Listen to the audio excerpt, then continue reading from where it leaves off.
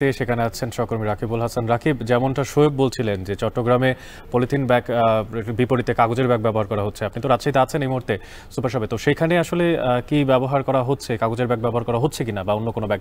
আর পাশাপাশি সেটা জানাবেন যে বিপুল সংখ্যক পলিথিনের ব্যাগ তো আগে থেকেই মজুত ছিল বোধহয়, তো সেই সমস্ত ব্যাগগুলোর ব্যাপারে প্রশাসন কোনো ব্যবস্থা নিয়েছে কিনা বা সার্বিক আপনি সেখানকার পর্যালোচনা করে কি বুঝতে পারছেন?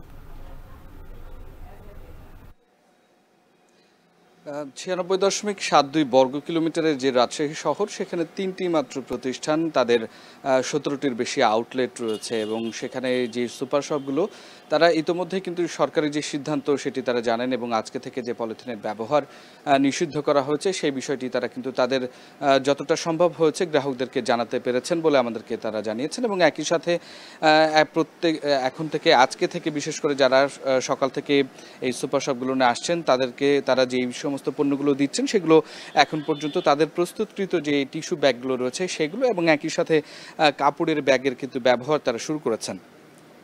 আমরা এখান থেকে যতটুকু আসলে জানতে পেরেছি, অনেক প্রতিষ্ঠান তারা যেটি সরকারের কাছে আবেদন করেছেন বা বলেছেন যে যেই পলিথিন ব্যাগগুলো তাদের কাছে আগে থেকে মজুদ ছিল সেগুলোর ব্যবহার তারা শেষ করবে এবং তারপরেই তারা বিশেষ করে কাপড়ের ব্যাগ বা পরিবেশ বান্ধব যে সমস্ত ব্যাগগুলো রয়েছে সেগুলোর অর্ডার দিয়েছে এবং সেই সমস্ত ব্যাগগুলো তাদের হাতে পৌঁছলে সেগুলো কিন্তু ব্যবহার শুরু করবেন। তবে এই ক্ষেত্রে রাজশাহীতে গ্রাহকদের ক্ষেত্রে আমরা দেখেছি তারা বেশ সচেতন এবং তারা পলিথিনের ব্যাগ ব্যবহারের ক্ষেত্রে খুব একটা বেশি আসলে উৎসুক না।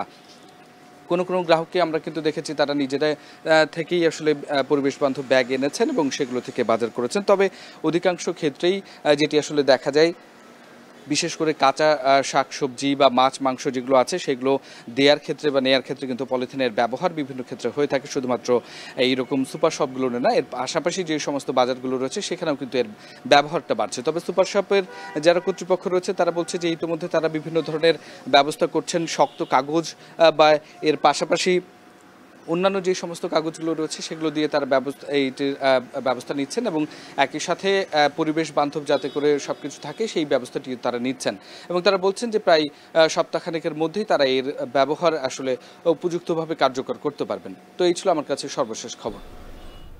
আজ থেকে সুপার শপগুলোতে নিষিদ্ধ করা হয়েছে পলিথিন ব্যাগ। আর সে বিষয়ে জানাতেই চট্টগ্রাম ও রাজশাহী থেকে যুক্ত ছিলেন সহকর্মীরা, জানাচ্ছিলেন সেখানের যে বিপরীত ব্যাগগুলো বিক্রি হচ্ছে সেই ব্যাপারে।